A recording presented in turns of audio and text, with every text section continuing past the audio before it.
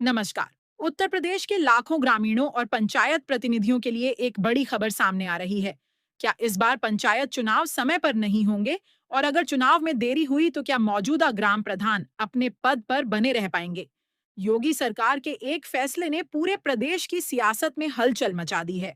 अगर आपका गांव भी पंचायत चुनाव का इंतजार कर रहा है तो इस खबर को आखिर तक जरूर देखिए, क्योंकि यह फैसला सीधे आपके गांव की व्यवस्था को प्रभावित कर सकता है।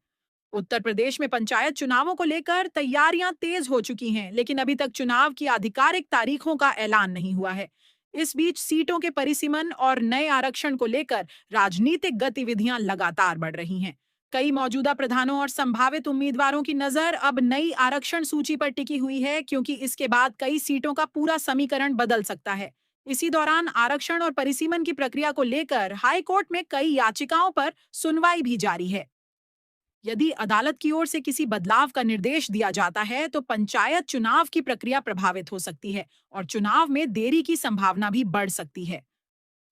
सबसे बड़ा फैसला यह है कि यदि किसी कारण से चुनाव समय पर नहीं हो पाते और मौजूदा ग्राम प्रधानों का कार्यकाल समाप्त हो जाता है तो उन्हें कार्यकाल बढ़ाकर पद पर नहीं रखा जाएगा।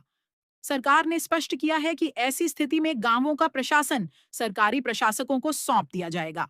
इसके बाद ग्राम प्रधानों के वित्तीय और प्रशासनिक अधिकार समाप्त हो जाएंगे और विकास कार्यों सहित सभी सरकारी फैसले प्रशासनिक अधिकारियों की निगरानी में किए जाएंगे।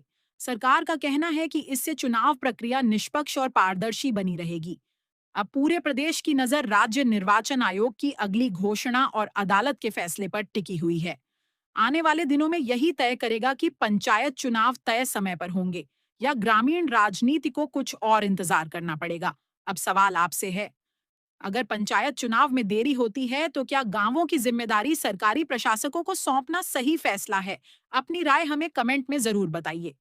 वीडियो पसंद आया हो तो इसे लाइक और शेयर करें ताकि यह महत्वपूर्ण जानकारी ज्यादा से ज्यादा लोगों तक पहुंच सके। और ऐसी ही भरोसेमंद और तेज अपडेट सबसे पहले पाने के लिए GD न्यूज नेटवर्क को सब्सक्राइब करना बिल्कुल ना भूलें।